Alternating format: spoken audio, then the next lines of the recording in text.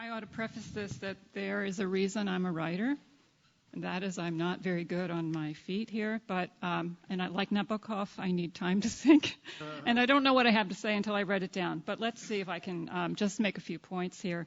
I would like to start by saying thank you to Bill O'Brien, and that I'm absolutely pleased that he's so optimistic about the government's and funding agencies' attitudes towards arts, sciences, integration, and things like that, because I think with that kind of top-down interest, we can begin to cultivate the kind of bottom-up acceptance that we need among parents or school boards or whatever, that there's a link between what's being funded, where the money goes, is where people start to look and get and value what's going on, where the money is.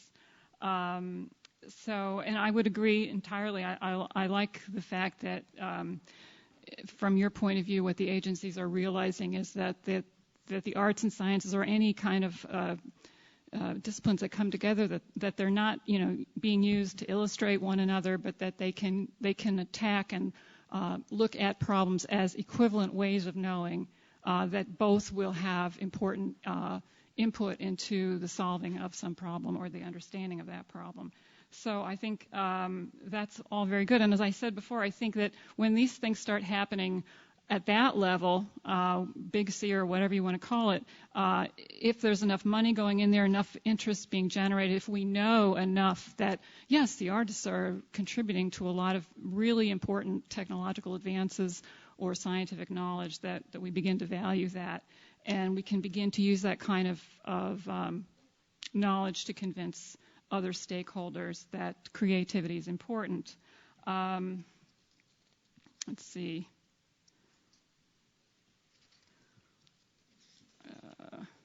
And of course, I think, well, Joel, thank you too. I think where you started out was, for me, very interesting.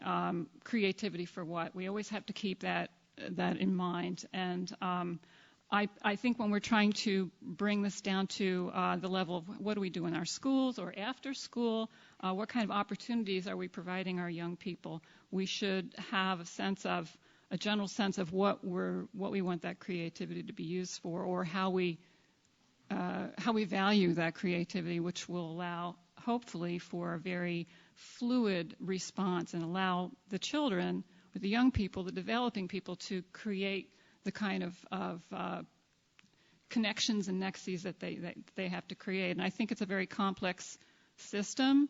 The arts are involved, but so is play, for instance. And we don't, in our society, the amount of time that we give our children to play on their own without being directed has been decreasing drastically in the last 25, 30 years.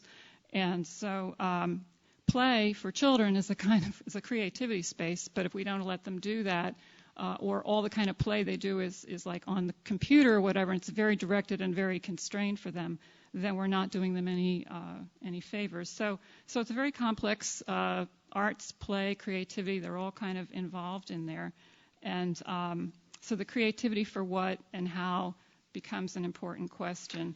And I also think that, it's true that artists have this role. They kind of have this historical role as anticipators of the future and its problems, and they kind of alert us to what's on the horizon before we sometimes the rest of us realize it's there. And I think that's an important function that they're providing. But I also think that I'm speaking sort of as an historian and a bit as a poet too, that we should be aware that sometimes we think something's new and it's not necessarily new, like plus ça change, plus c'est la même chose. So for instance, drawing audiences into the creative work as participants, that's so cool. I think that's so great, but it's not a new idea. For instance, haiku, which I do a lot of, has been around for hundreds of years, and it began as a party game, and it is participatory, and it depends on the reader being able to add to the poem. So it's not a static product. It's in combination. It is interactive, except it's interactive in a way on another level, or it's hidden interaction. So I don't know if I have another point there, but Oh, I have to end anyway. So I think what I really took away from what Joel was saying as well is that we need these stories, we need these narratives of artists and what they're doing for us innovatively, so that we can use that in a broader way to convince people that this creative space is important. And if it's important for adults on an adult level to push culture forward, it's important in an educational setting, whether formally or informally. We need to have those spaces. Thank you.